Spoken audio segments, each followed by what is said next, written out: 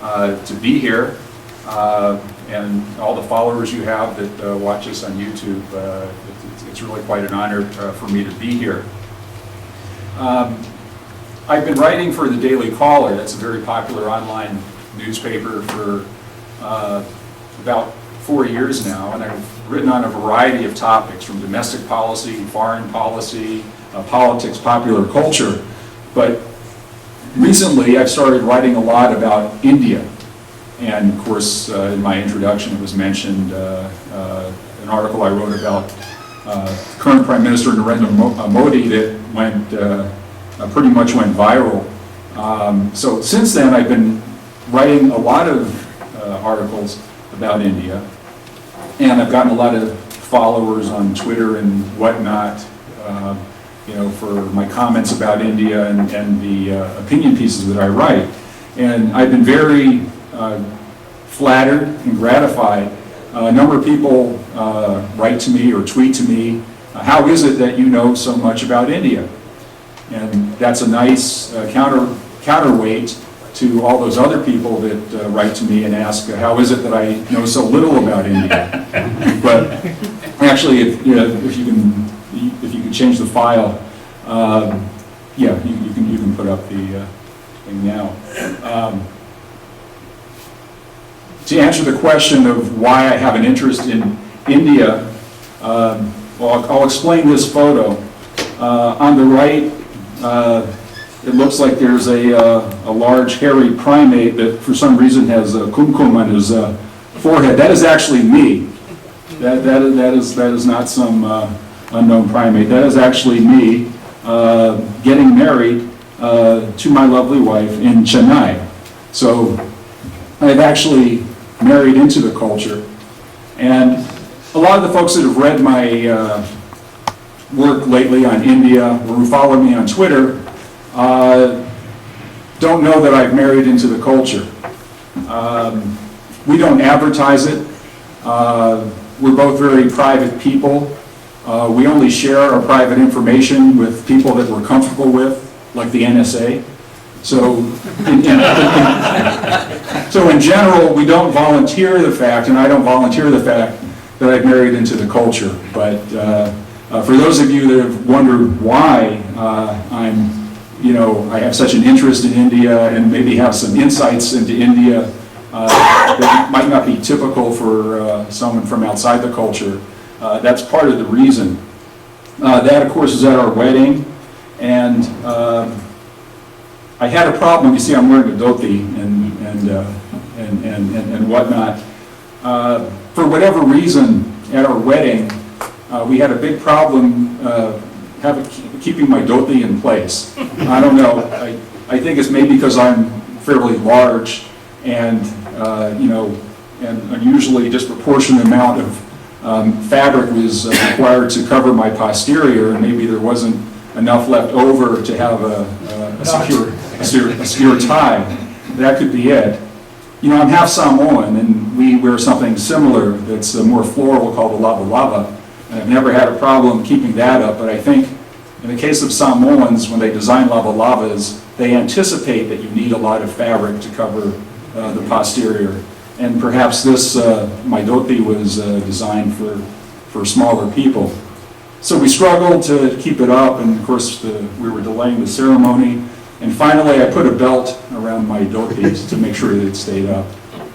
And of course, as we all know, wearing a belt on your dhoti is not traditional, but neither is having your dhoti fall off in the middle of the wedding ceremony. So I think we chose the lesser of the two evils. I'm not going to talk too much about sort of my tie into the culture, except to note that I am a strict vegetarian. That is a corrupting influence from my wife, of course, who's been born and raised as a vegetarian. And I tried it as an experiment because she was a vegetarian, and I've never had any desire to go back. And it's funny, some of her family in India, most of her family in India know me and know that I am a very strict vegetarian. Maybe some of her distant relatives don't believe that I'm really vegetarian, but but I absolutely, positively am. So that is one of the reasons that I have an interest in India. My wife is on the phone to India every day. There are a lot of people like her, which is why if you see a Vonage commercial, you'll see that almost all of them have Indians in it. Because Indians are very, very high consumers of U.S. to India calls. So, that doesn't make me a geopolitical expert, and I don't really pretend to be that. But I get a steady stream of impressions and gossip and insights and whatnot to process as I try to follow the political scene.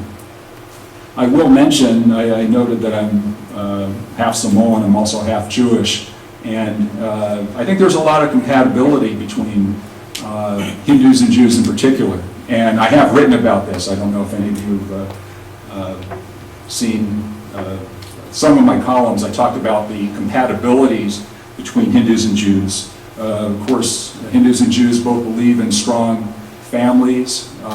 Both place a very high emphasis on education. We have a lot of Hindus and Jews that have excelled in science, who've excelled in medicine, who've excelled in classical music, be it Western classical music or Indian classical music. And, those are both very high arts. Both Hindus and Jews tend to do very well in societies where they're given a chance to do well. A very important point of compatibility is neither Hindus nor Jews try to convert people to their religion. No proselytization.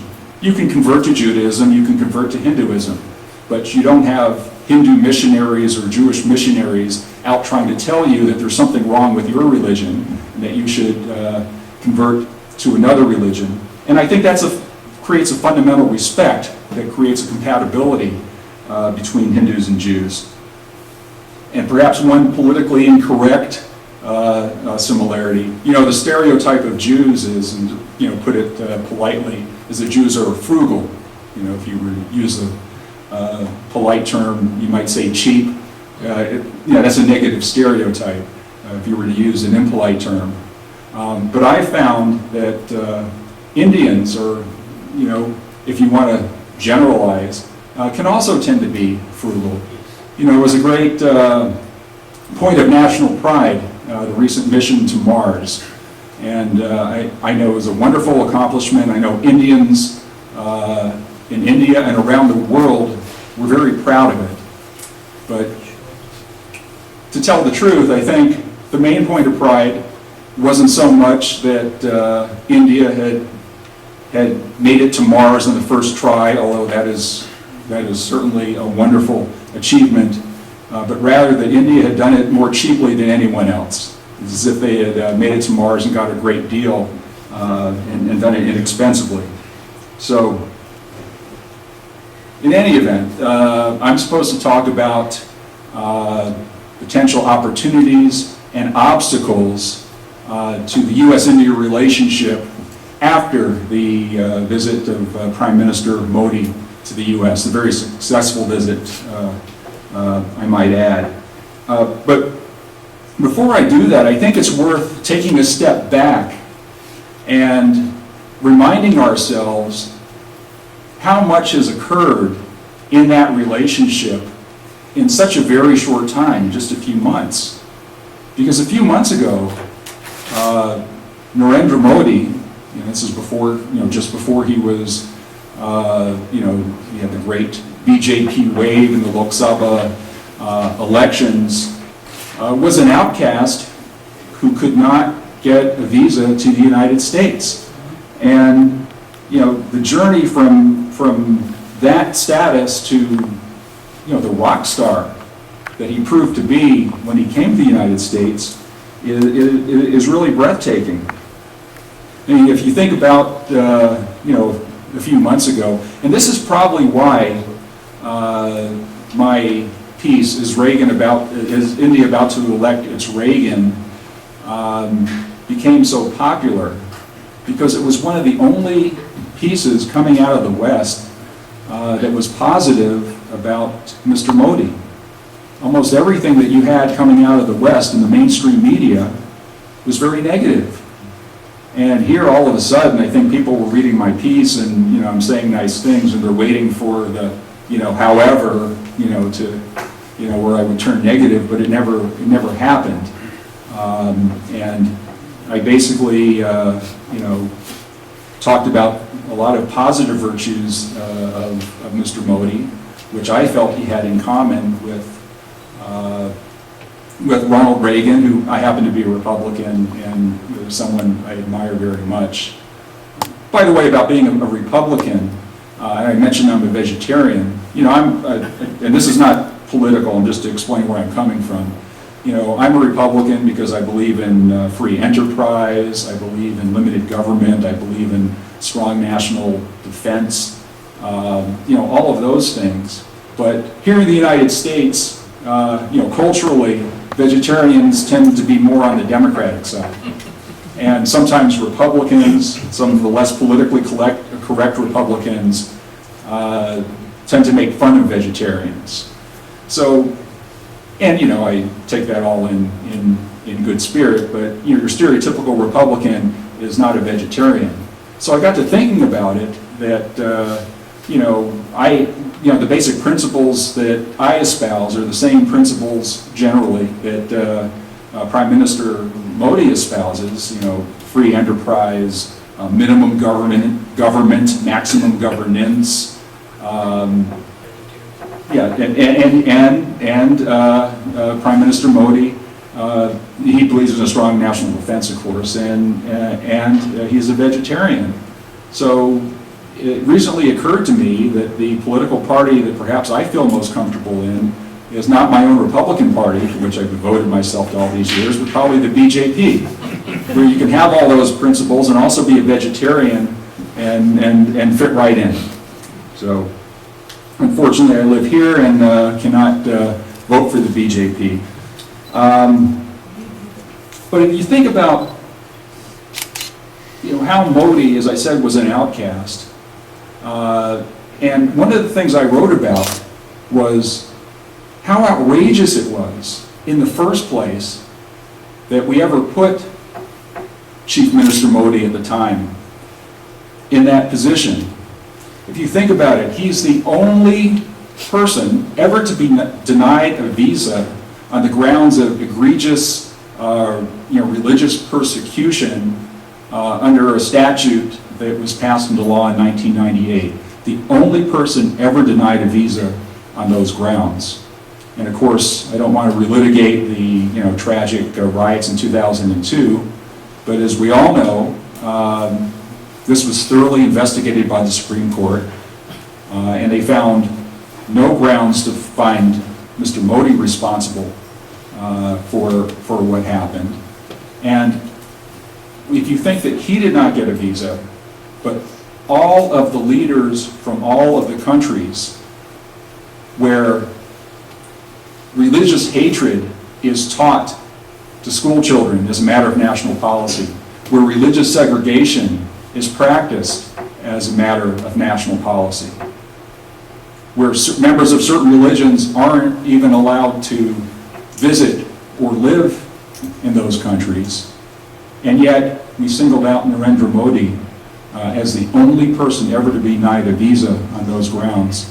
It's pretty outrageous. In November 2013, certain members of the U.S. House of Representatives introduced House Resolution 417. I don't know if any of you have heard of that. And it was a tremendously one-sided and dishonest, in my opinion, resolution. I wrote about that for the Daily Caller as well. That basically singles out India for criticism on grounds of religious persecution. And this is part of the environment that Modi was operating under when he was running for office. This was timed a little bit before the election, undoubtedly to cast Prime Minister Modi in a negative light. The resolution celebrated the decision to deny Prime Minister Modi, or then Chief Minister Modi, a visa, and encouraged that he continue to not be allowed a visa into the United States. It talked about religious persecution in India in very dishonest terms. It talked about religious persecution of Christians in India. And if you think about it, think of all the countries in the world that have a Christian minority. Take away all the countries in the world that have a Christian majority. We can stipulate that Christians treat themselves well. But all the countries in the world where Christians are a minority. And would you single out India as being a place that is particularly inhospitable to Christians? I can think off the top of my head of at least 60 countries where it would be much, much, much, much worse to be a Christian than India would. And that's why you have 25 million people voting with their feet, Christians choosing to live in India, where, certain neighbors of India, the Christian population, while once fairly large, is now a rounding error. It's because of India's historic commitment to religious diversity, religious tolerance, which comes part and parcel with the dominant Hindu pluralistic culture. So that resolution was outrageous. And I don't want to make it sound more important than it is, because that's like ancient history. Even though the resolution was still floating around during the Lok Sabha elections, it went nowhere, and it's really ancient history, because the people who supported it have been discredited. So what happened? How did you go from an environment where you had several members of Congress who were supporting this anti-Modi, anti-India resolution to one where Modi arrives in the United States in this past September, and scores of American politicians from the left, right, and center are falling over themselves to get a photo op with Prime Minister Modi?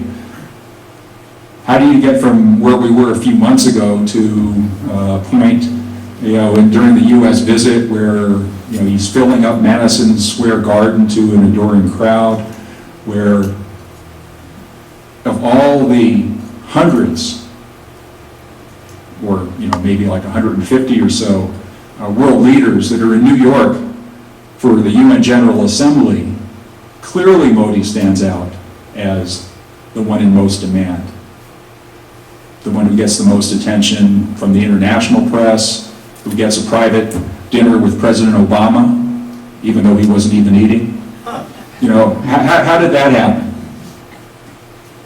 And I think the short answer is that the strength of the Modi wave was so impressive that it was clear that the people of India were making an historic statement. And I think a lot of Modi's critics didn't want to find themselves on the wrong side of that historic statement, on the wrong side of history, and realized that if the people of India were so resoundingly bringing this man and his party into office, that he couldn't be the monster that he was characterized as being in the international press, and even in the mainstream media in India. So people quickly did about face. Of course, not just in the United States. He's gotten such a strong reaction. He's gone to Australia, Nepal, so many places, and so it's really quite. It's been really quite a change. Now, in fact, I had a tweet that tried to explain the significance of Modi's victory. I said, Modi's win was rejection not only of the Nehru dynasty, but also of the colonial Brits who had tried to teach Hindus to be ashamed of their culture. And I think in a lot of ways, that's the case. And a lot of people responded to that because I said, tried to teach Hindus to be ashamed of their culture. I didn't say they succeeded, but I think a lot of people stood up and said enough of that, and that we have nothing to be ashamed of. We have a lot to be proud of, and that's part of what drove the Modi wave, I think. I think Modi's relationship with President Obama is fairly interesting. There have been a lot of reports that they have a warm personal relationship, and that actually took me by surprise. And I wrote about that because the people that Prime Minister Modi tends to get along with are sort of a different ilk. He gets along well with Abe from Japan, Netanyahu from Israel, Abbott from Australia. Modi, in a lot of ways, is the opposite of President Obama. He's very focused on, on management, making government, deliver the goods on the day-to-day tasks that it's supposed to do. He's also very much, of course, into national pride and promoting the prestige of his nation. But if they have a genuine rapport, I think that's good, and I think that bodes well for the relationship. It's not the most important thing in the world. I don't know how many of you read a report that in recent years that President Obama himself had tried to reverse what was perceived as a quote-unquote get Modi policy of the U.S. State Department. And if that's the case, then that's a good thing. I have a feeling that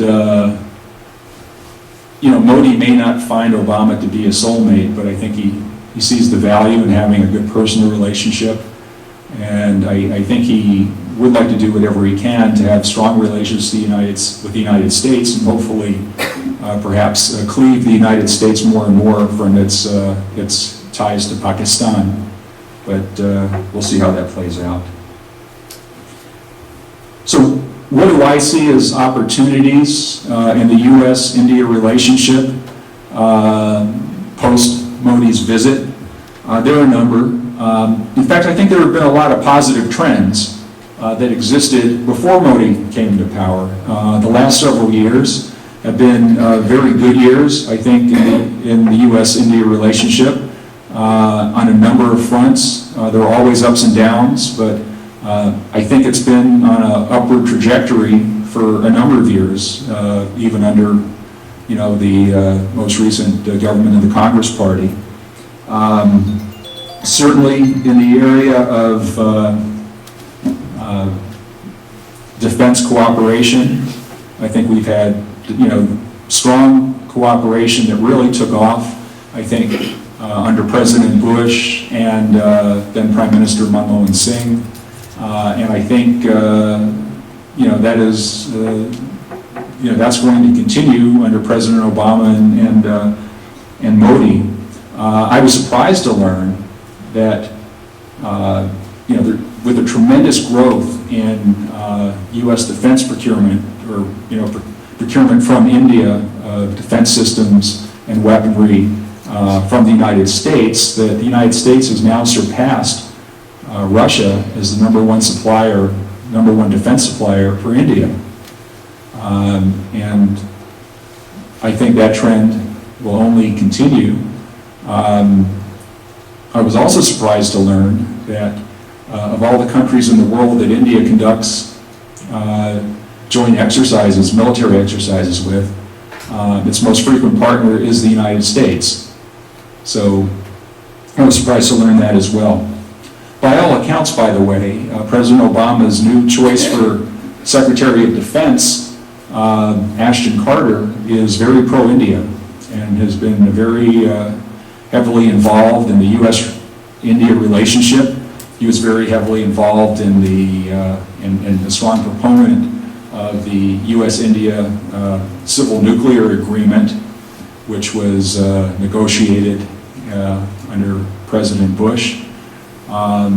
And he's been a very strong proponent of finding opportunities for the U.S. and India to develop weapon systems together. That got a little bit of a hiccup when India decided not to forego procuring the next generation of Javelin anti-tank weapons from the U.S. and went instead with a similar system, I think the Spike from Israel. But still, I think the trajectory is very, very strong.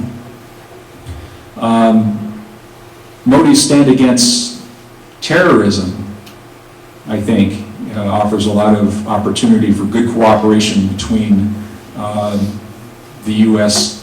and India. You know, when Rudy Giuliani was mayor of New York, they used to say his philosophy towards crime was the broken window philosophy. Actually, it wasn't his. He was adopting that of some crime theorists that whose thoughts he was trying to implement. And that's the idea. Don't ignore the little stuff, because then the little stuff will get out of hand and it'll degrade the environment, and then you'll have more serious problems to deal with. So don't ignore the broken windows. If you find someone breaking a window, don't say, oh, it's only a window. No, arrest the people for breaking windows and try to do everything you can to maintain order. Well, I think Prime Minister Modi has a similar approach, perhaps, you know, a broken windows approach to terrorism. And I think he's made it clear to Pakistan that things can't be normal as long as, you know, there are routine incursions, you know, into Kashmir and whatnot. And you know, I think that's a philosophy that can lead to good cooperation, and it makes us simpatico, the United States and India. I think the greatest opportunity for U.S.-India cooperation is in the area of investment and trade. And Modi's vision for India is, you know, it is going to create a lot of wonderful opportunities for entrepreneurs and investors in the United States and around the world. Of course, we talked about the defense sector and now foreign direct investment in defense in India. The cap on that is up to 49%. I think it was up from 26%, so that's significantly increased. Modi recognizes that he's going to need outside help in order to upgrade the military to the extent that he needs to do that.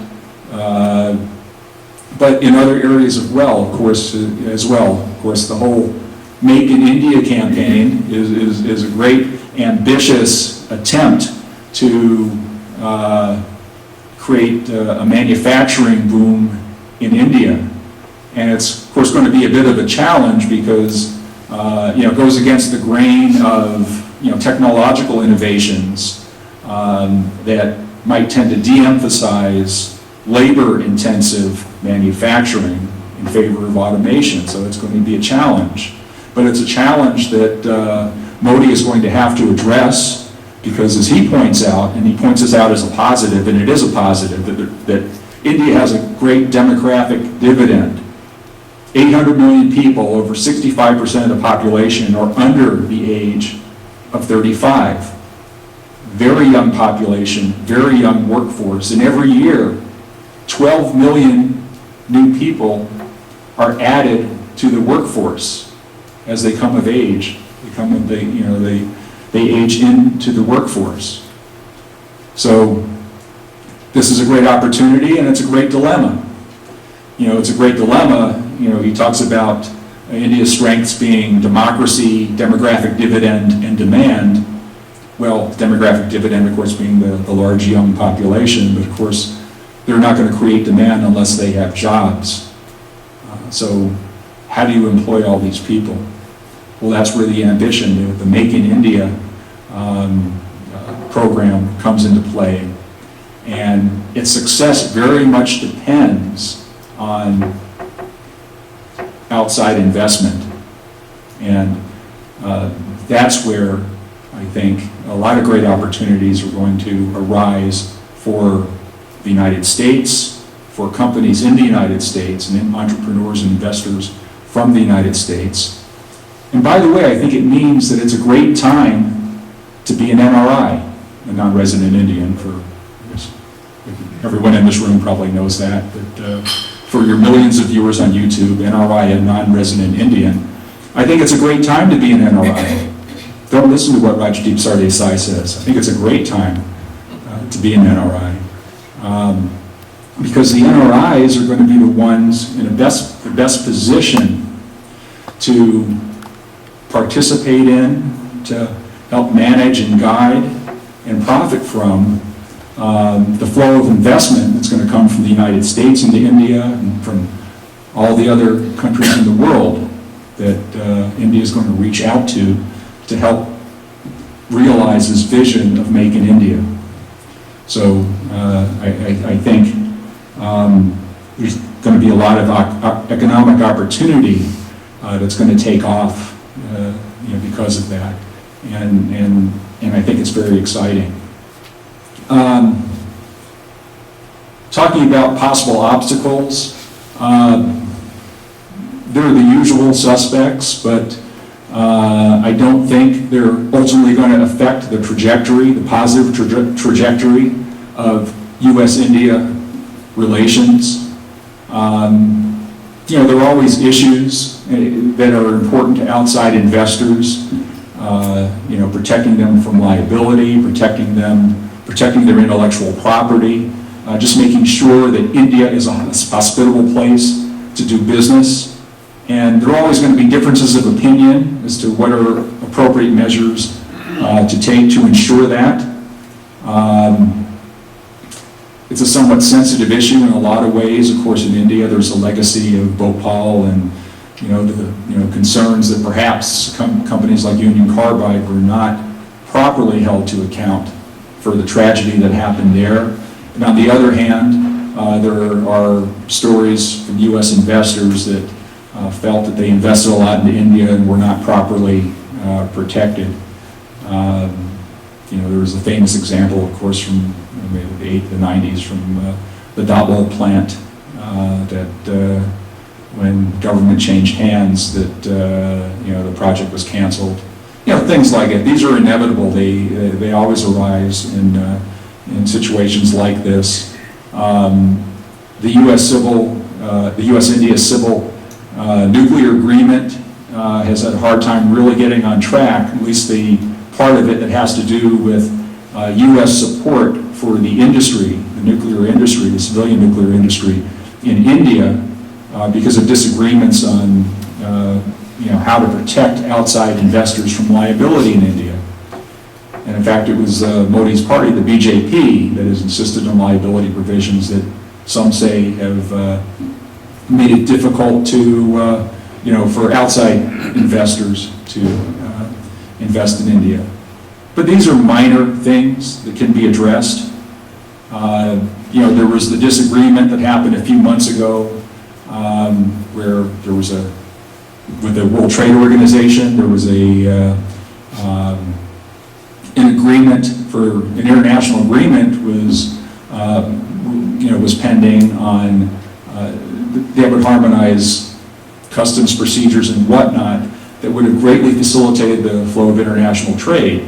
India effectively blocked that because it was concerned that its own programs to essentially subsidize farmers to buy certain commodities, foodstuffs at above market prices and stockpile them in case people needed them, that would be under threat. And some people were surprised that Modi, who is encouraging international investment, made that a roadblock.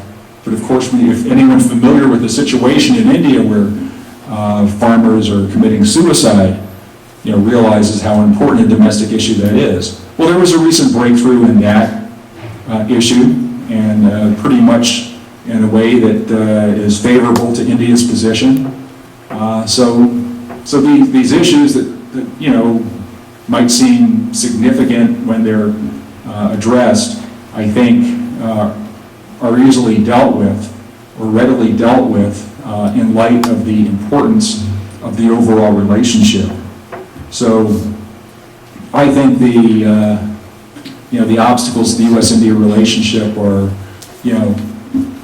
there'll always be minor irritants, but I think the important thing is, as Vajpayee pointed out, that the U.S. and India are natural allies, and they always will be, and have an alignment of interest, wanting to promote democracy, wanting to promote religious tolerance, wanting to promote free trade.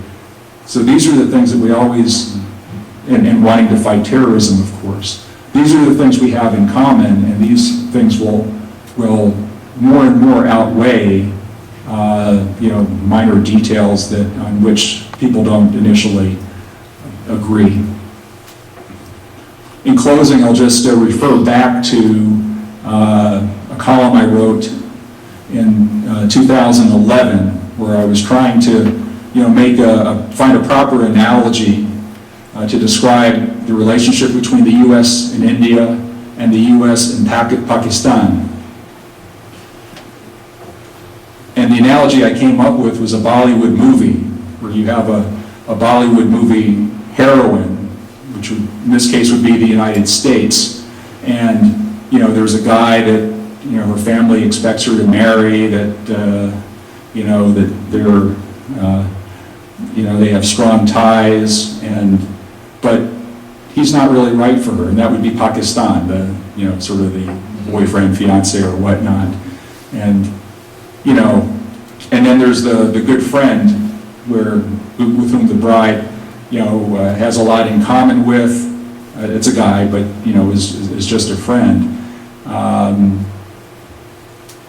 The boyfriend, Pakistan, treats the heroine improperly, and if you look at the opinion polls in Pakistan, you see the approval rating in the United States is so abysmally low. It's like they hate us. And of course, after the Bin Laden raid, it really brought a lot of that, a lot of those feelings up to the surface. Why was Pakistan harboring America's, greatest enemy? Why did they jail for so many years the doctor who helped us try to find Bin Laden and all of that? So the audience watching in the in the movie theater can see that the heroine and the boyfriend don't have anything in common, and that the one that she should be with is the other one, the friend. That would be India. And you could scream at the screen and say, no, dump that guy. You should be with the other one.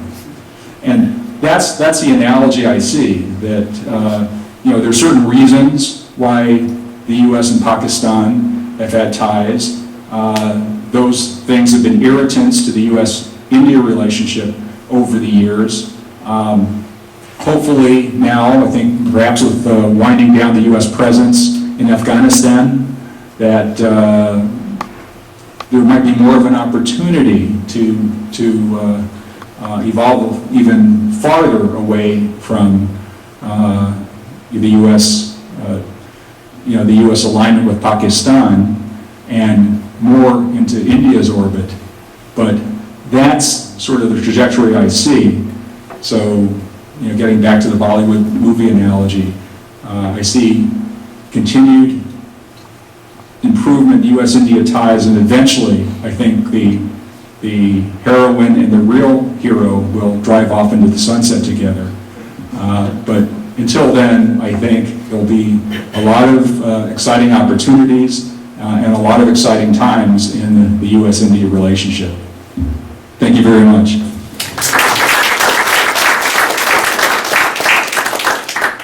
And I'm happy to take any questions that anyone has.